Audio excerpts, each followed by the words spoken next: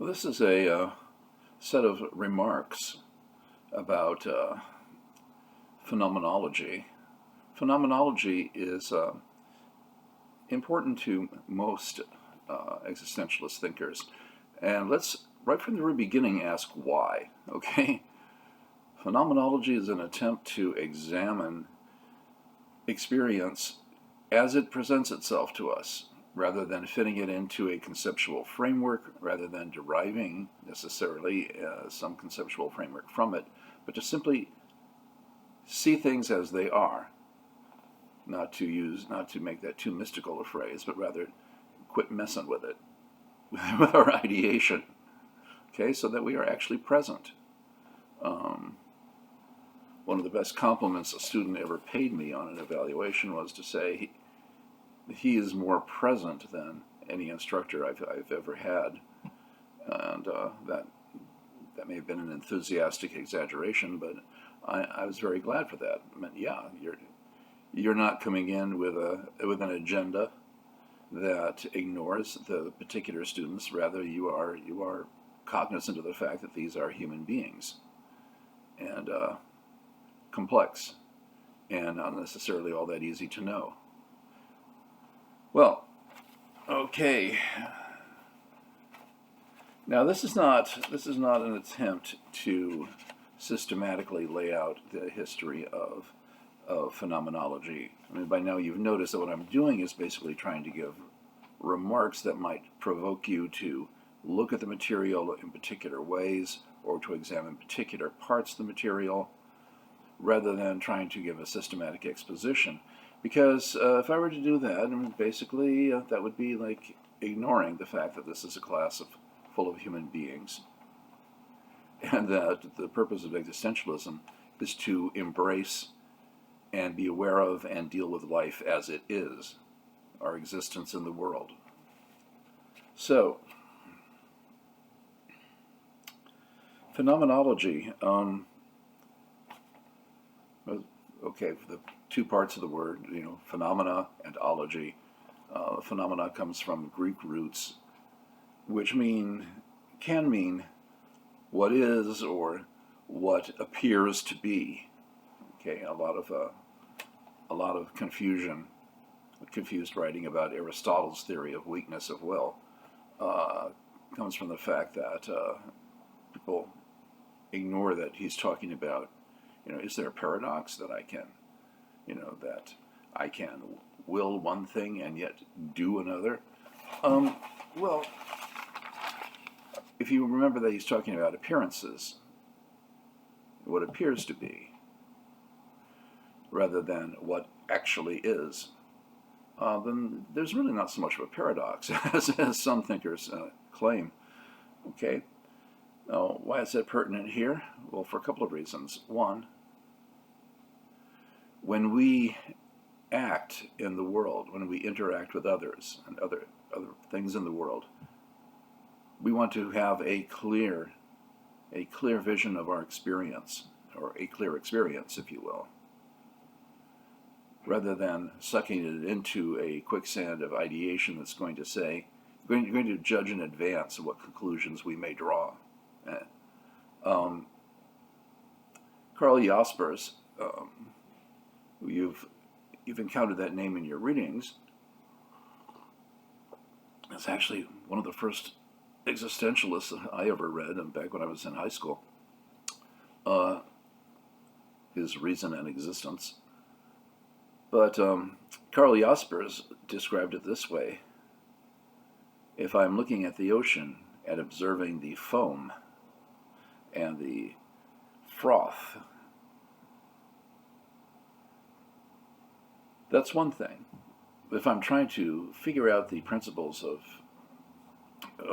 hydrology, or the physics of liquids, or doing oceanography, then I'm no longer doing a phenomenological examination. What I'm doing is trying to derive from it or import to it an ideation. If I am simply looking at the froth of the foam and observing carefully what is presented to me, that would be like phenomenology. Okay, I'm not inquiring, in other words, into the nature of being. I'm trying to simply observe and accept, without toying with it, what what sensation and perception present to me. Now, depending upon what school of psychology you find congenial, you might not want to draw the distinction between sensation and perception, but if so, you're probably a behaviorist and it's out of date. Okay. I'll leave it at that. And I'll leave it at that simply to have raised a question rather than try to settle the question, which is actually sort of a side road to what we're doing. Okay. I was once in a workshop where we were studying how to teach meditation to children. Okay, simply because at the time I was actually doing that. But interesting group of people, social workers of various kinds, as well as people teaching from other venues. And they suggested a couple of things which are actually fairly common. And one is you give the child a raisin and ask them to chew that raisin and become very, very aware, very attentive to the sensations. Not think about, what a box of Raisin Bran looks like. Not think about those dancing California raisins that were in the commercials at the time. But just pay very close attention to what actually is going on in your sensations. Okay, that can be seen as encouraging them to do a very rudimentary kind of phenomenology. Actually, many of the instructors immediately objected and said, no, if you are dealing with kids in an institutional or counseling context, many of them were probably sexually abused at some point, and the last thing you want to do is to give them an exercise where they are paying very strict attention to a sensual experience, because it's going to trigger things. Okay. We import our experiences, we import emotions, we import all kinds of things into our encounter with the world. And in doing so, we may falsify it so that it's all about something else, something other than what it actually is. Okay. A notable instance that I've remembered many, many years later. There was I was working in a group home for adolescent boys, and one of them was eating some, I don't know what it was called, blueberry or something like that. It's a blueberry breakfast cereal, and it was bright blue. I tasted some of it. It didn't really taste like anything to me.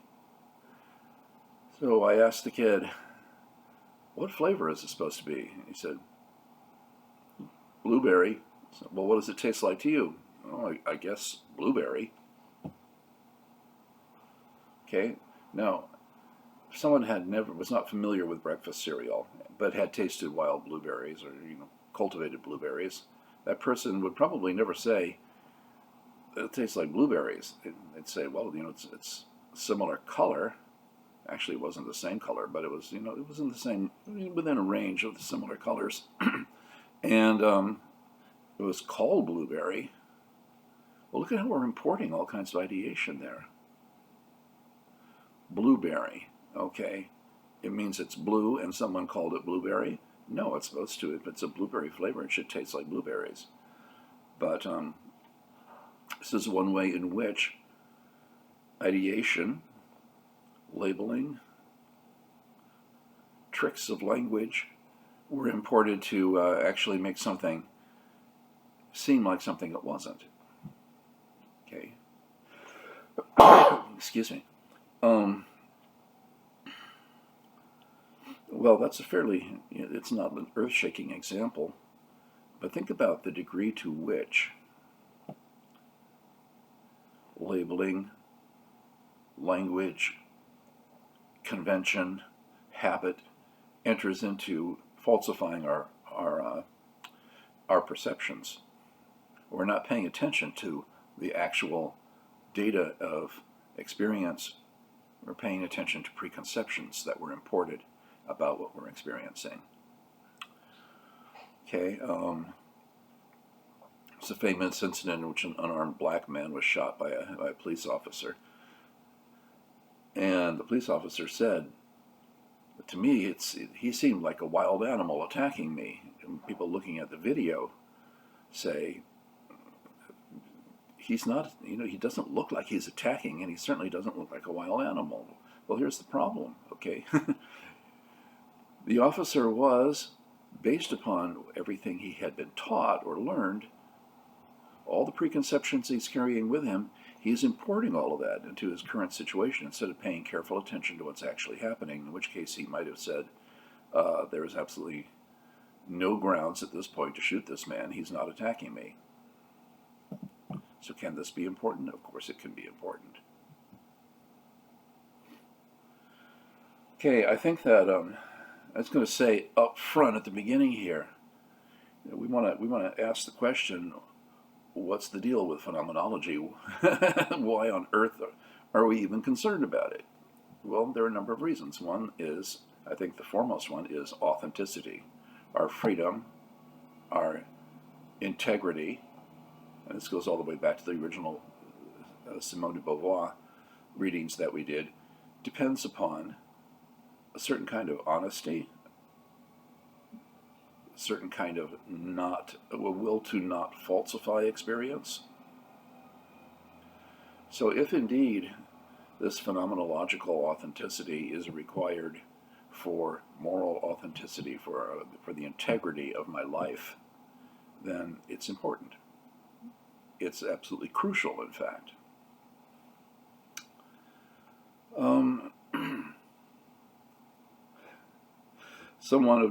An author put it this way. We've all heard the old chestnut. If a tree falls in the forest and there's no one around to hear it, did it make a noise? Okay, now I usually dismiss that as a pseudo problem when I'm teaching logic. But one author pointed out, Martin Heidegger would probably say, if it's something that no one actually experienced, and no one is going to experience, and no one could experience, why are we concerned about it? In other words, if a tree falls in the middle of the forest, does it make a noise? When there's no one around, does it make a noise? Who cares? We should be paying attention to the data of our actual experiences, not creating hypothetical, well, what ifs. Okay, we have more important things to do. If you hadn't noticed, we have a lot of important things to do. Phenomenology is not attempting to lay out the principles of being, but rather to make clear that our experience is part of our being in the world. Our own identity is part of our being in the world. Our understanding of the world is not an abstraction in phenomenology. It is an interaction between ourselves and the world. In fact, as has often been said, in phenomenology, subject requires object, object requires subject. They are not two separate entities. Okay, don't introduce a dualism here. Consciousness is intentional. That means it requires an object. It must be consciousness. You can't simply be conscious. You're conscious of things. Okay. There's no object without a subject, and there's no subject without an object. So, we're talking about our own being in the world. It's our own experience. Okay. Consciousness and the world are co-created. They're part of one another. Okay. This departs from, if you will, a Platonic view of philosophy and its goals, and it certainly departs from Descartes. I think, therefore I am. Heidegger would object. You are. That is the fundamental. That is the fundamental experience. You are your own existence.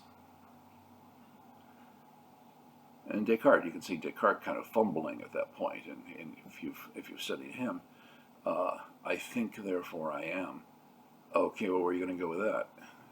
Well, therefore there is a thinking substance. Whoa, time out. How did you import Aristotle's metaphysical categories into this if you were just starting with this bare bones? The only thing I experience is my own thought.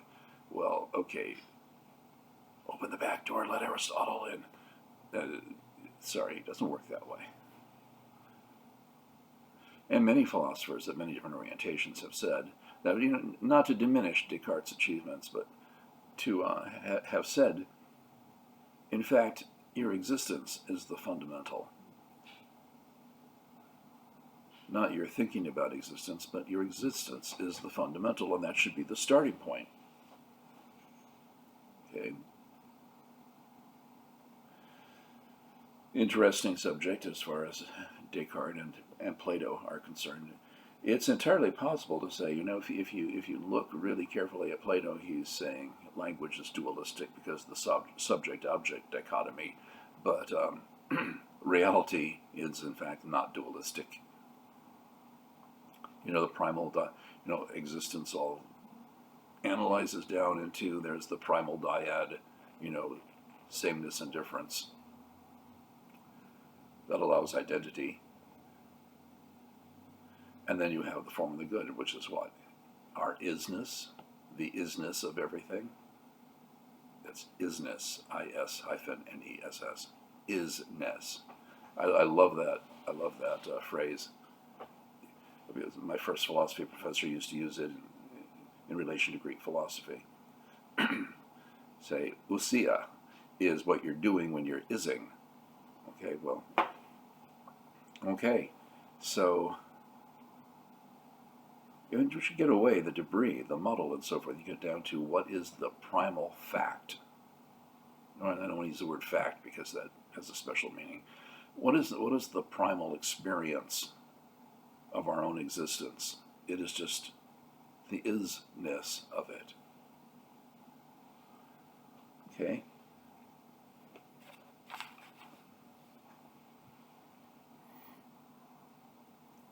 Well, Plato would consider, and Descartes, I believe, would consider, and many philosophers would consider our emotions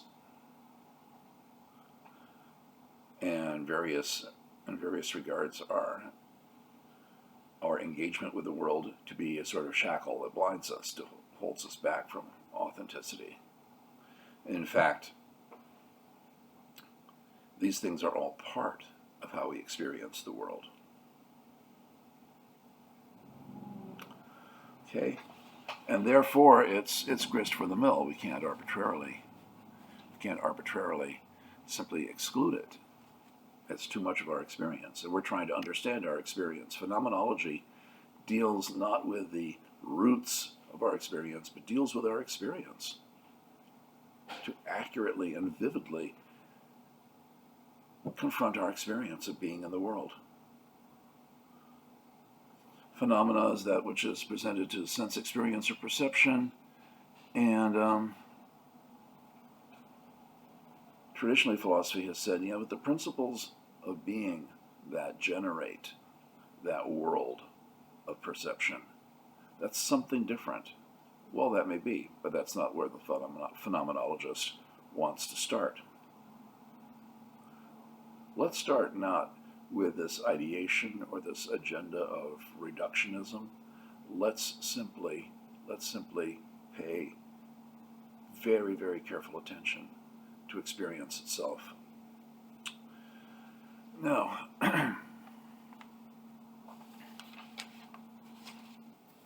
so I've said before that Picasso said, the key to art is knowing what to leave out, and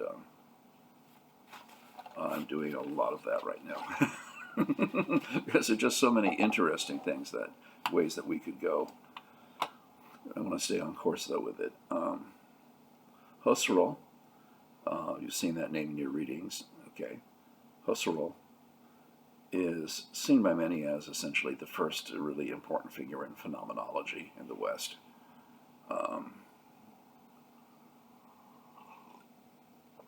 His goal is to make phenomenology a rigorous science, make philosophy a rigorous science, and part of that means that we start with as few presuppositions as possible.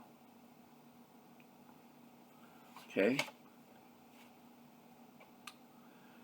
The scientific attitude he describes as moving from singular observations to generalizations, but ignoring the question, how do we know these singular observations? If that is a fair assessment of Husserl's position, it seems an oversimplification to me, and anyone doing philosophy of science, especially today, would be very, very intently engaged with the question of how do we know those presuppositions? What reason do we have to embrace those presuppositions? Well, I think what Husserl has in mind is that we assume with the scientific method that there is objectively a world. A totality of the world is something objective. It is what it is. And it's an attempt to reduce our experience to facts. Okay? Facts are not potentials, they are limited. They have boundaries. Okay?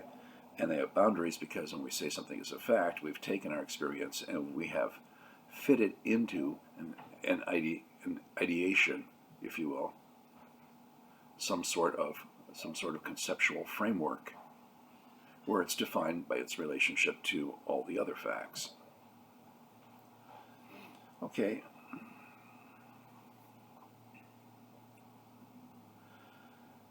Rather than begin with facts, Husserl said, let's begin with the actual experience of human consciousness in the world.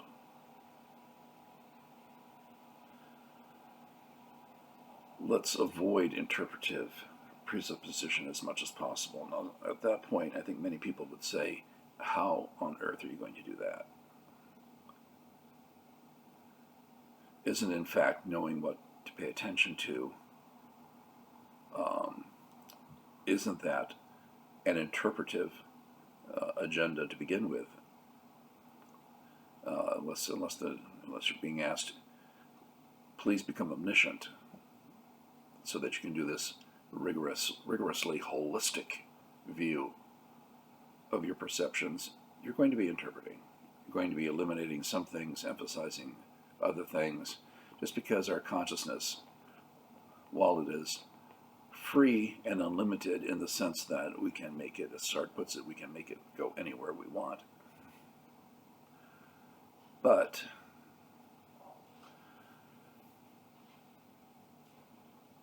if we are not assuming that there is an objective world for us to be examining, this booming, buzzing confusion of sensation and perception is just going to be chaos. How do we make order out of chaos? Probably interpretation. So, okay, where are we, Mr. Husserl?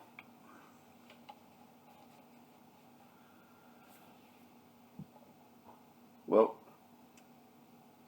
there are three kinds of reductions that Husserl talks about. Epoche. I've heard that pronounced like 4 different ways. So, epoche or epoch or epoch or epoche or whatever. Okay. The suspense of judgment toward experience. It's a real question. Can I, how difficult is it to actually do that? Okay, anyone who's ever done Vipassana meditation will tell you to not interpret, to try to simply experience without interpretation, is a very difficult task. Seems simple, but not at all. Eidetic reduction is the second mode of our approach. What we would do, according to Husserl, is to try to see, let's say that the object is an orange. We would try to see which parts of that experience of an orange we could alter and still have it be an orange. Okay? And when we can confidently say, here are the characteristics that comprise the orangeness of this orange, then we've discovered a necessary essence of oranges. Okay? Modern philosophers and particularly existentialists, would be loath to start talking about essences or to make the assumptions of an essentialist approach. Okay? An essentialist approach is essentially, I did it, okay. An essentialist approach is essentially what you would see in, for instance, Plato. Okay, here's a term. The term is problematic. We're to begin to try to understand it. We ask ourselves, everything that's appropriately called by this term, what do they have in common by virtue of which they're all called by the same term? Okay, now, some would say, from a phenomenological point of view, no, you're starting to homogenize your experience instead of simply accepting and experiencing it. Well, following that, you have transcendental reduction, which is seeing the objects of experience as the activity of consciousness. Is this the same as solipsism? I think not. Okay. Is it like Kant saying, okay, there's a noumenal and a phenomenal world, and we can never actually get at the thing in itself. We can only know our consciousness, how it enters into our consciousness. It's probably somewhat closer to that.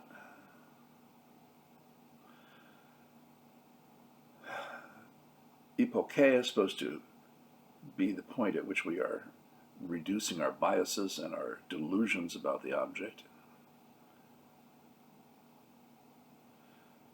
Eidetic reduction allows us to see the object as being what it is and not another thing. And transcendental reduction allows us to see our experiences as being in terms of our personal interaction, as an activity of the consciousness of the person. The person is you. Okay, we're not talking in abstractions here because that's not what we're trying to accomplish.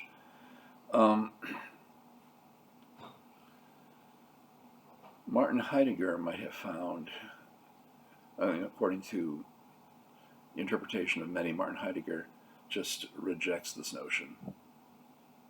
Okay, it's important. It's important for the history of phenomenology, but why would Heidegger reject this approach? Well, because reality and consciousness are, for Heidegger, co-created, interdependent, in other words. Remember intentionality. Consciousness is consciousness of something. Without the world, our consciousness is nothing. Without consciousness, the world is, in our experience, phenomenologically, the world is nothing. Okay? When I say nothing, you can take that two ways. You can say it's not something that we can grasp at all, and you can say, well, how do existentialists use the term nothing? The no-thingness of it. Well, it's not quite the same, but I think it's an interesting exploration if you ask yourself that. The consciousness, according to Heidegger, human consciousness is always situational. Because it is intentional and has to be consciousness of something, well, we have a situation, we have various things that are in our experience and various things that are not part of our experience. And it's always historical. I have not only my present experience, I have my life experience, and I have feedback from other beings, and those beings are part of my experience. Can you really have a presuppositionless experience? Heidegger probably is not going to allow that.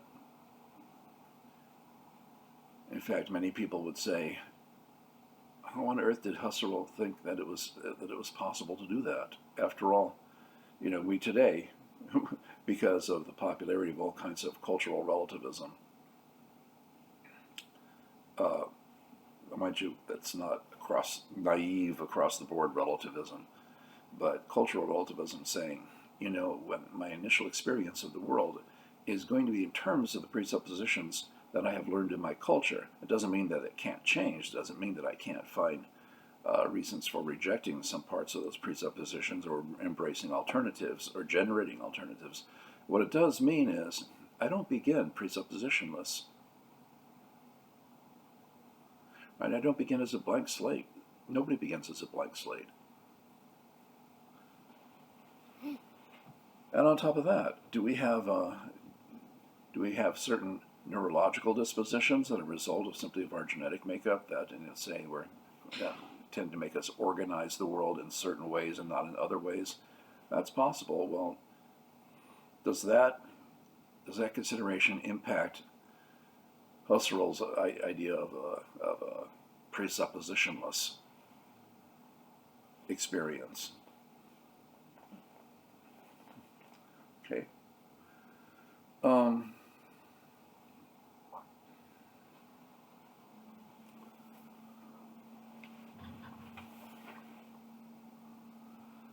Well, okay. This is, to a large extent, as much as I really feel the need to say. When you go to town with this, do some phenomenological examination.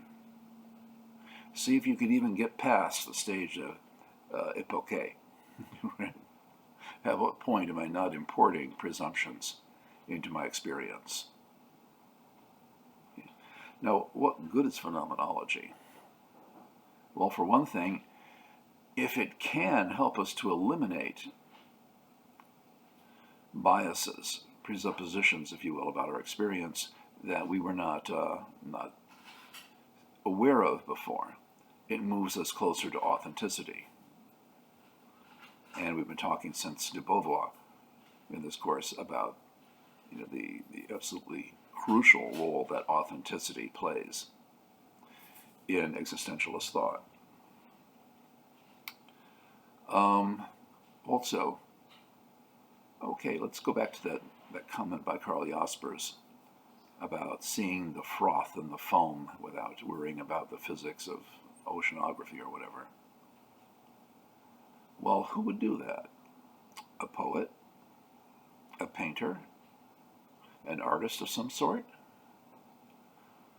So, of course, if you believe that these are all important parts of the human experience, wonderful. A great deal of Japanese aesthetic is based upon, as one of my own professors put it, the principle of don't mess with stuff. Let it be what it is. Okay, well, phenomenology can certainly inform poetry. It can inform music. It can inform the visual arts, painting. Okay, now, I'm sure most of you are aware that there is such a thing as phenomenological psychology.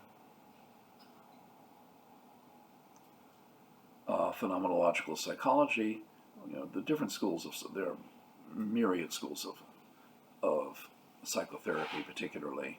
Phenomenological psychology essentially tries to facilitate the patient's description of their own experience as accurately as possible and without presupposition. Okay? And that can be the beginning of the therapeutic experience.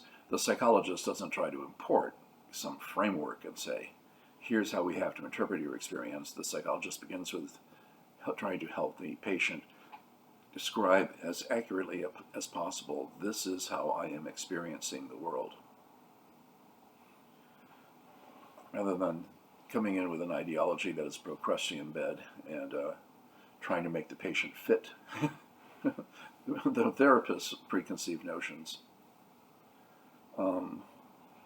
R.D. Laing, British psychologist, psychotherapist, actually psychiatrist, I believe, who wrote quite a bit during the latter part of the 20th century, the 1970s particularly,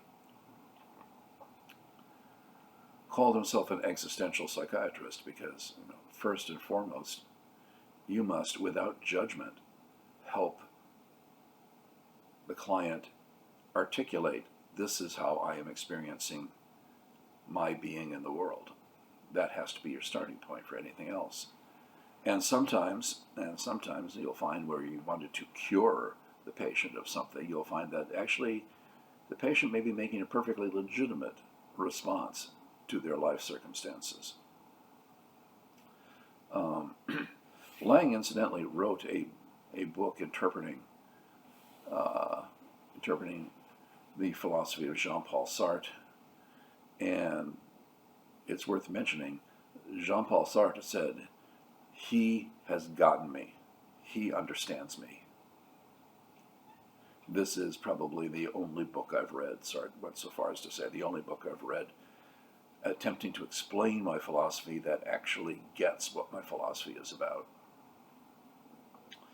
People reading the book, and the critical reviews were, it's entirely possible that Laing has captured the most significant themes in Sartre's thought, because he's every bit as difficult to understand as is Sartre. Okay, so maybe succeeds in accurately portraying Sartre's thought, but is not necessarily terribly succeeding at making it accessible. But you can see why Sartre and other existentialists would have an affinity for this existential psychiatry, which begins with accurately describing experience without presupposition and without bias. Okay. Now, if we can actually carry that attitude into other human actions, such as diplomacy, such as relationships, such as criticism. I tend to be a critic of critics. Many critics are just gatekeepers, I think. Okay, you may disagree.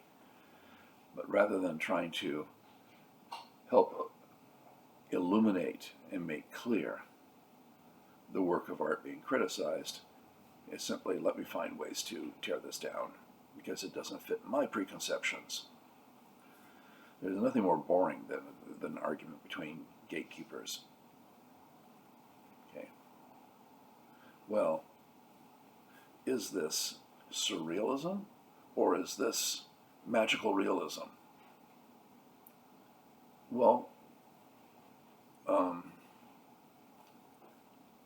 did you bother to try to elucidate the experience of the novel?